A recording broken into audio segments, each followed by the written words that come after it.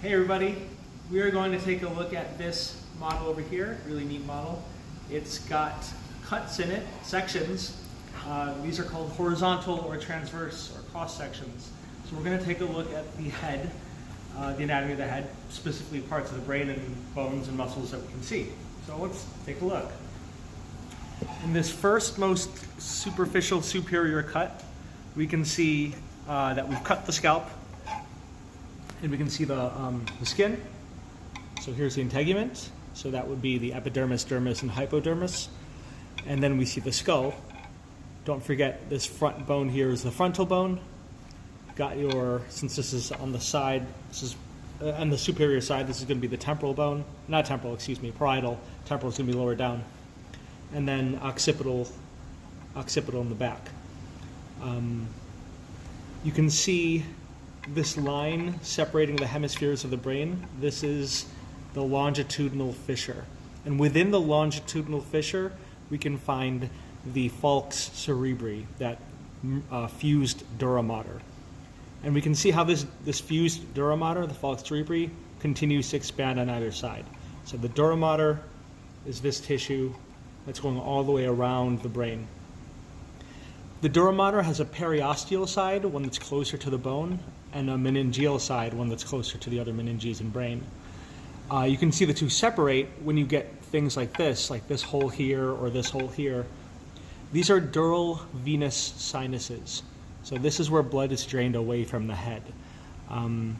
These dural venous sinuses take the waste cerebrospinal fluid through those arachnoid villi and drain that fluid away. Within each hemisphere of the brain, you can see the gray matter towards the outside, and what's towards the outside is specifically called cerebral cortex. The word cortex is referring to the outer portion of the organ, so we'll be using that word not just for the brain, but also for other things like the adrenal gland. So this is the cerebral cortex where we find gray matter. We find pyramidal neurons in this area. Towards the middle, or the middle portion of each hemisphere, we find white matter. So these are white matter tracts. That means these are axons. We find axons of the neurons here. Gray matter, you find cell bodies. White matter, you find axons.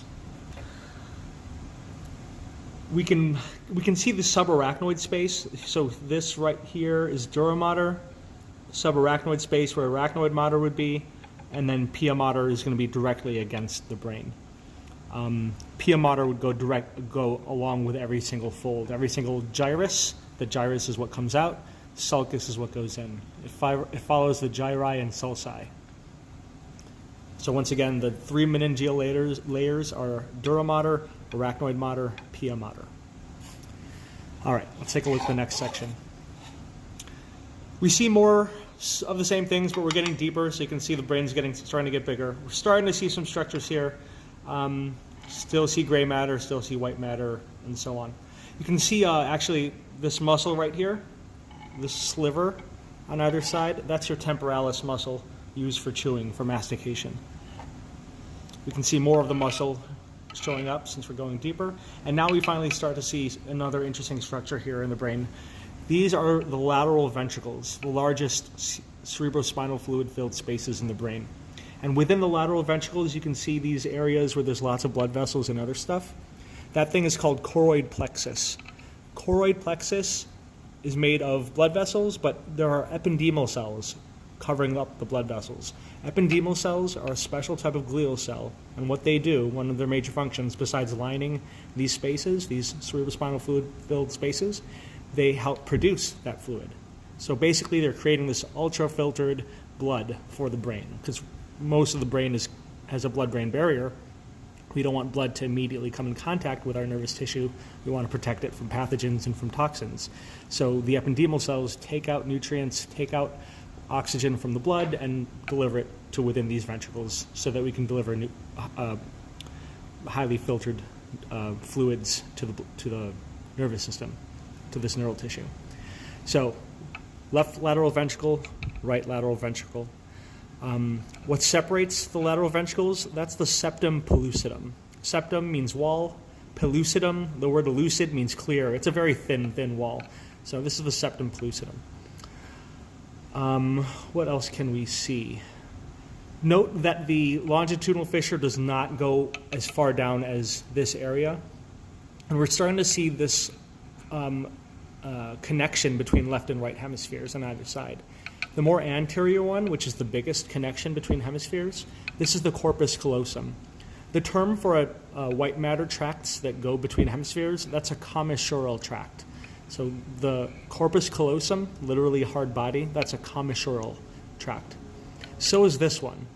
This is the anterior commissure, which also connects both. Actually, this is the posterior commissure. Anterior would be deeper down, or more anterior, of course. But yeah, another commissure connecting both hemispheres. Because the lateral ventricle is shaped like this, it curves around. When we make a horizontal cut, we see part of the lateral ventricle in the anterior side, part of the anterior ventricle on the posterior side. So this is all lateral ventricle, but in 3 dimensions it would look more curved like that. I said that in the brain we can see lots of gray matter in the cerebral cortex, but in some parts we can see gray matter deeper inside. Let me back up. This is gray matter of the cerebral cortex. We got our frontal lobe, parietal lobe, parietal lobe would be up here, temporal lobe, and occipital lobe in the back. This deep sulcus, that's a lateral sulcus, and we have more gray matter that's lining this lateral sulcus, the deep within the lateral sulcus. It's as if we were to pry open this lateral sulcus and look inside, you would see this gray matter right here. That's called the insular cortex. The insular cortex. It's insulated. Insular cortex. So what I was saying was there's gray matter on the outside in the cortical areas, but there's also gray matter in special parts towards the inside. These 2 areas, on 1, 2, 1, 2, these areas are collectively known as the basal nuclei. Their nucleus means, in this context, a cluster of cell bodies that's deep within the brain. Basal, because it's towards the base. Basal nuclei. There are specific names for these, like globus pallidus, and we're not going to get into that, so don't worry about it. But they're generally important for giving input to your muscles about what they should do in terms of stabilizing them. For instance, if you have Parkinson's disease, there's going to be damage to these areas.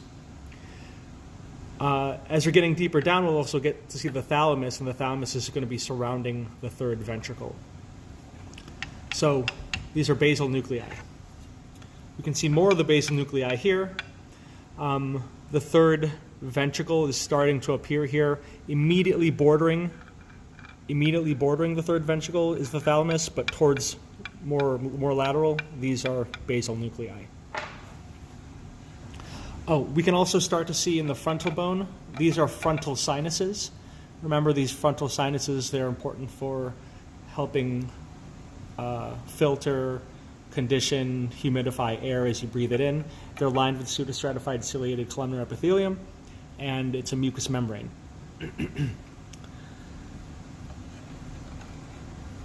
We're starting to see the frontalis muscle here as well. Frontalis muscle. This next level, we're getting to the superior part of the eye. The eye is starting to appear here. You can even see muscle controlling the eye. We're starting to see more of the nasal cavity here, and so we're getting into the ethmoid bone. You can see here's part of the perpendicular plate of the ethmoid, forming that nasal septum, separating the nasal cavities. This is where you'd find the olfactory bulbs. They're not shown here exactly, but this is where you'd find them. Here's the optic chiasm. We'll see in the next slice, the eyes have optic nerves that come here at a point, at a cross. The term for cross is chiasm. And then the optic nerves after the chiasm are then called optic tracts. Nerve is peripheral, tract is central nervous system. So we've classified this crossing point as a border between peripheral and central in terms of the nerve going to the eye. This little thing here, just behind, posterior to the optic chiasm, this is the pituitary gland. So the hypothalamus would be just above it. Let's see if we can see it here. The hypothalamus would be right here, in this region, maybe even kind of shown here, but it would be up in this region, and then below, inferior to the hypothalamus, is the pituitary. The two are connected by an infundibular stalk, infundibulum. These two little dots, they're called mammillary bodies. Yes, it means what you think it does. These are mammillary bodies. And then here is the midbrain of the brainstem. This little worm-like thing, that's the start of the vermis of the cerebellum. This is the vermis of the cerebellum. And here you can see the tail end of the lateral ventricle. That's part of the lateral ventricle.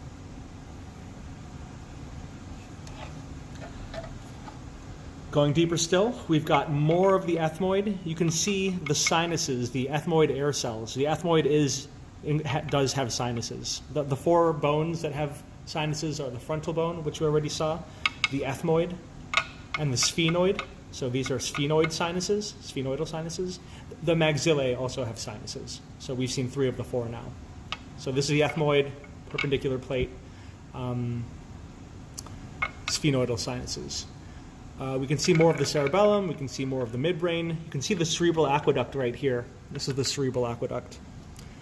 We see more dural venous sinuses. We see more muscle of the temporalis. And we can see more of the eye. You can even see the lens here. That's fun. See a lot of dural venous sinus exposed here because it's cut at just the right angle because it's at this level. So we see a lot of it here.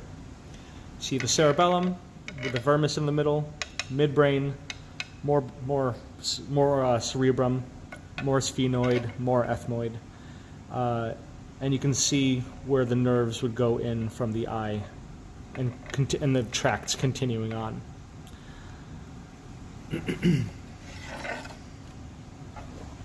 At this point, we're almost at the base of the brain. We're starting to see parts of the ear. The ear is right out here, your outer ear, but we have middle ear. This is middle ear where you find your auditory ossicles, and then your inner ear where you'd find your cochlea. We can't really see the cochlea, but we can see the middle ear, this air-filled space where you have your bones, your auditory ossicles, the malleus, incus, and stapes.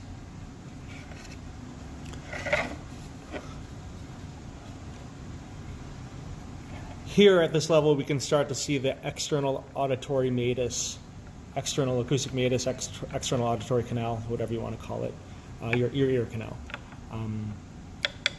We're starting to get to the medulla, from the midbrain to the pons of the medulla of the brainstem. We're getting lower down, more caudal, more of the cerebellum, more sinuses. What we can also see, we're starting to see more muscle in the face.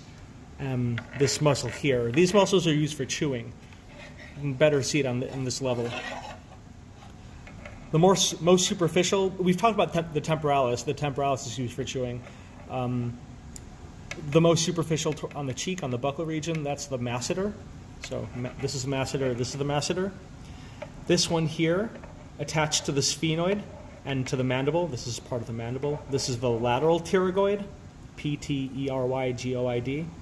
And then more medial, that's the medial pterygoid. They're both attached to pterygoid processes of the sphenoid bone. And that's it. Hope that was helpful. Let me know if you have questions. That's all. Stop it.